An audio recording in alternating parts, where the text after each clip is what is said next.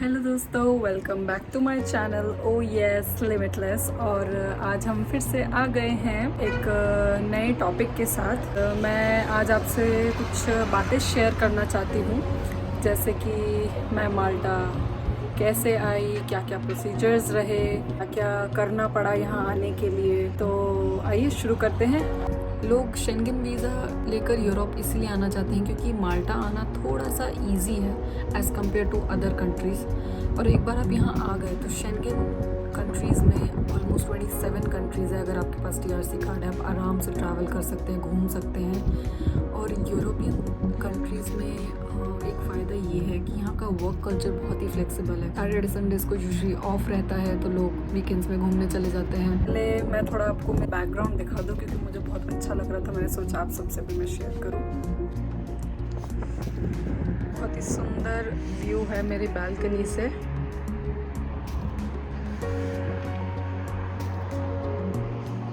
ये एक स्कूल है सामने ही। तो मैं आपको ये बताना चाहूँगी कि मैंने यहाँ पे वर्क वीज़ा के लिए अप्लाई किया था। उससे पहले आपको एक एम्प्लॉयर ढूंढना पड़ेगा जो कि आपको स्पॉन्सरशिप देने के लिए रेडी है।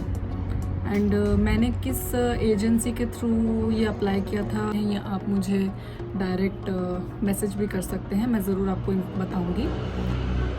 उन्होंने मुझे एक एम्प्लॉयर ढूंढ के दिया। उनके साथ मेरा इंटरव्यू अरेंज किया। इंटरव्यू में जब सिलेक्ट हो गई मैं, उसके बाद सारे डॉक्यूमेंटेशंस मुझे एम्प्लॉयर की तरफ से ही मिले। उन्होंने मेरी तरफ से आइडेंटिटी माल्टा में अप्लाई किया एंड मैंने उस फॉर्म को वेरीफाई करके सबमिट किया। डायरेक्ट मैसेज करिए, मैं ज़रूर आपको बताऊंगी कि मुझे एग्जैक्टली कितना फ़ी देना पड़ा है और कहाँ कहाँ पे मेरा खर्चा हुआ है। मैंने एक्चुअली अप्रैल में अप्लाई किया था, बट यूजुअली 2 से 3 महीने में अप्रूवल आना है या रिजेक्शन आना है आइडेंटिटी माल्टा के वहाँ से, वो पता चल जाता है। बट मेरा एप्लीकेशन काफ़ी टाइम लग गया और मेरा अप्रूवल आया दिसंबर एंड में फाइनली। उसके बाद मेरा जैसे ही अप्रूवल आया, मैंने काफ़ी सारे डॉक्यूमेंट्स इकट्ठा करना शुरू कर दिया क्योंकि अब मुझे जाना था VFS, जहाँ मुझे अप्लाई करना था मेरे वीज़ा के लिए। मैंने अपना आइडेंटिटी माल्टा का अप्रूवल लेटर, मेरे करंट एम्प्लॉयर जहाँ मैं दुबई में जॉब कर रही थी वहाँ से मुझे लेना पड़ा है NOC, एक्सपीरियंस लेटर्स थे वो सारे लेने पड़े हैं, इंश्योरेंस लेना पड़ा है मुझे। इंश्योरेंस आप मेरे डिस्क्रिप्शन में चेक कर सकते हैं, आप इंश्योरेंस वहाँ से भी ले सकते हैं। और थोड़े बहुत डॉक्यूमेंट्स थे, वो एक आइडेंटिटी माल्टा के साइट में आप जाएंगे, वहाँ पे आपको पूरा चेकलिस्ट मिल जाएगा कि क्या क्या डॉक्यूमेंट्स आपको अरेंज करने हैं। और वीज़ा आपका अप्रूवल लेटर से 3 महीने के अंदर अंदर आ जाना चाहिए, वरना आपका जो अप्रूवल लेटर है वो भी यूज़लेस हो जाएगा। तो इसलिए मुझे थोड़ी टेंशन भी थी कि कैसे मुझे मिलेगा। और फिर फाइनली मैं डेली चेक करती थी VFS के साइट पे और मुझे वहाँ पे अपॉइंटमेंट मिल गया। अपॉइंटमेंट बुक करने के लिए 125 दिराम्स मुझे देने पड़े थे। मैंने अपॉइंटमेंट बुक करके फिर मैं VFS के वहाँ जाके मैंने सारे डॉक्यूमेंट्स अपने सबमिट किए अलॉन्ग विथ माय पासपोर्ट। ये ज़रूर ध्यान रखिएगा, जिस दिन आपका VFS का अपॉइंटमेंट है उसके एक दिन पहले आप VFS की साइट पे जाके उसका चेकलिस्ट निकालिए।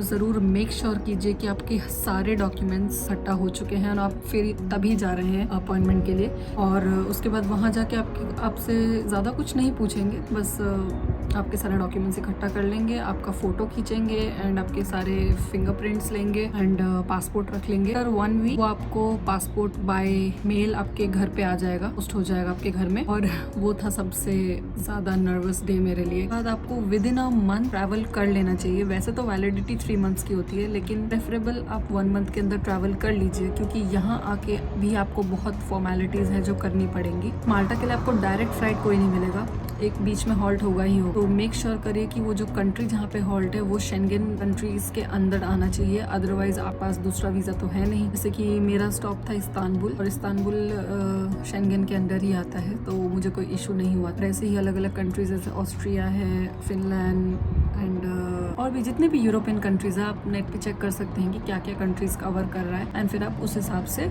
ट्रैवल करिए।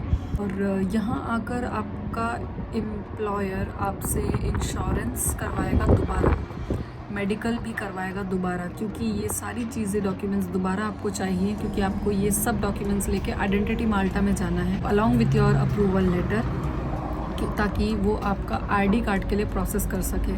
तो मिनिमम यहाँ पे भी आपका अराउंड 300 to 400 यूरोस तक का खर्चा है। तो यहाँ का जो रूम रेंट है उसका कॉन्ट्रैक्ट बनवाना पड़ेगा। लैंडलॉर्ड डिक्लेरेशन फॉर्म, आपको अप्रूवल लेटर के साथ ही एक फॉर्म मिलेगा, वो फॉर्म आपके लैंडलॉर्ड से लेना पड़ेगा। एंड एक हाउसिंग अथॉरिटी अप्रूवल, ये भी आपको लैंडलॉर्ड की तरफ से मिलेगा। तो ये सब में करीब और 100 यूरोज़ आप पकड़ लीजिए। तो मिनिमम ये फॉर्मेलिटीज़ के लिए आपका अराउंड 500 यूरोज़ तक के बीच में खर्चा आएगा। ये सारे डॉक्यूमेंट्स लेके आपको आइडेंटिटी माल्टा में अपॉइंटमेंट लेना है, सारे डॉक्यूमेंट्स जमा करने हैं और उसके शायद विद इन अ मंथ और समथिंग लगेगा आपका आईडी कार्ड आने का। आपका एक ब्लू पेपर मिलेगा और आपको सोशल सिक्योरिटी नंबर मिलेगा। सोशल सिक्योरिटी नंबर है जिसके थ्रू आप यहाँ पे टैक्स पे करेंगे, क्योंकि यहाँ पे टैक्स पे करना मैंडेटरी है। और ब्लू कार्ड आपका इसलिए मैंडेटरी है क्योंकि उसके बेसिस पे ही आपको आईडी कार्ड बनेगा।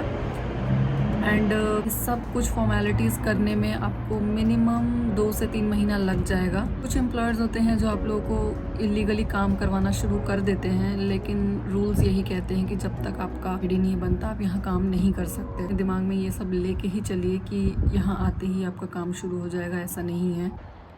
तो दोस्तों यहीं तक का था मेरा वीडियो आज का। हमें ज़रूर बताएं कि आपको मेरा वीडियो कैसा लगा है और हमारे चैनल को ज़रूर सब्सक्राइब करिए, कमेंट करिए, लाइक करिए। कोई क्वेश्चंस हो तो हमें ज़रूर डीएम करिए। लिंक्स नीचे मेंशन किए हुए, वहाँ जाके आप चेक कर सकते हैं informations. And say oh yes to limitless. Bye bye.